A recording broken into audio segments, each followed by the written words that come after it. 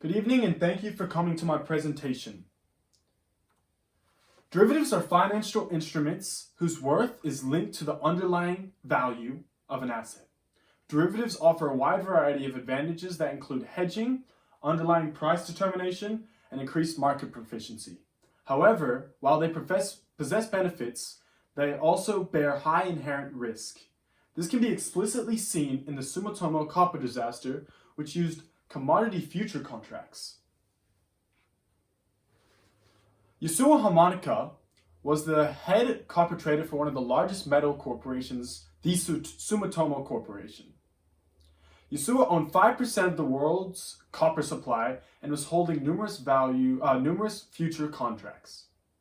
Due to his 5% physical ownership of copper, Yasuo was able to manipulate the world's biggest metal exchange, the London Metal Exchange, to artificially inflate his future contract price, so that whenever a party went short against his contract, he would subsequently pour cash into his position to keep his copper price artificially high and outlast the short. This was possible because copper is an illiquid commodity that cannot be easily transferred around the world to meet shortages. Within the jurisdictions of the commodity market, market power manipulation occurs when a long position holder governs a substantial portion of the underlying cash commodity or has control of a vast amount of a specific future contract. Because Yasuo owned a monopolistic position on the underlying commodity, the counterparty didn't have opportunity to offset their position or make delivery. Thus, the party who owned the short was obligated to deal with the artificially high price and adhere to their position of the contract.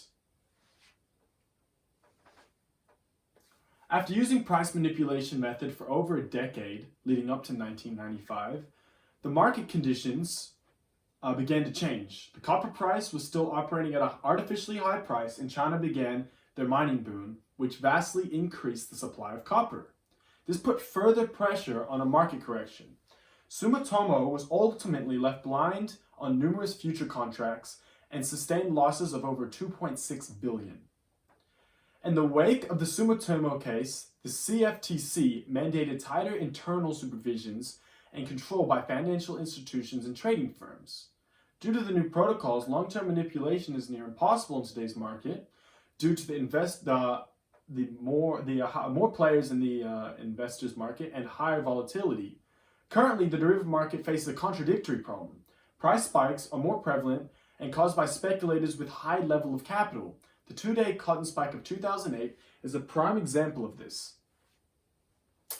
Warren Buffett had similar viewpoints on the dangers derivatives can have, calling them mass weapons of destruction. Buffett's main argument was based on the risk of the counterparty not upholding their side of the contract due to the low margin requirements.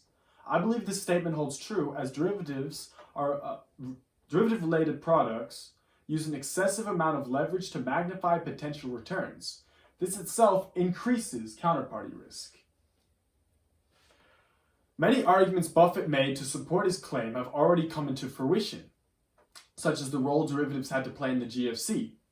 The derivative clearinghouse is mandated to take the opposite position of each side of the contract in order to mitigate counterparty risk. However, this in itself transfers large amount of credit risk into the few clearinghouses that remain. If they default, a domino effect could occur, which could contribute to a macroeconomic collapse similar to that of the GFC. This can be explicitly seen in the total return swaps and collateralized debt obligations, which have little to no regard for margin requirement. Though the risks remain true, the derivative market is still one of the largest in the world, with a notional value of 640 trillion and a gross value of 12 trillion. The current accounting method for derivatives is also leading to further risks due to market valuation discrepancies. This can be attributed to the remuneration traders receive when reporting using mark-to-market. This method usually includes profits which don't exist from an accounting perspective. This can cause analyzing the financial condition of a firm near impossible, which can have a flow-on effect to the average trader. Since Buffett's comments in 2002, we experienced the GFC, which saw the derivative market cut to a third, as seen in the graph there. This has significantly lowered the possibility of a collapse. Warren believes derivatives can be a vehicle to invest into if the counterparty is a viable competitor. I would agree with Warren and add that derivatives come in a number of different forms and are not all uniformly destructive. If used appropriately, derivatives can generate adequate benefits. Thank you for listening. These are my sources here.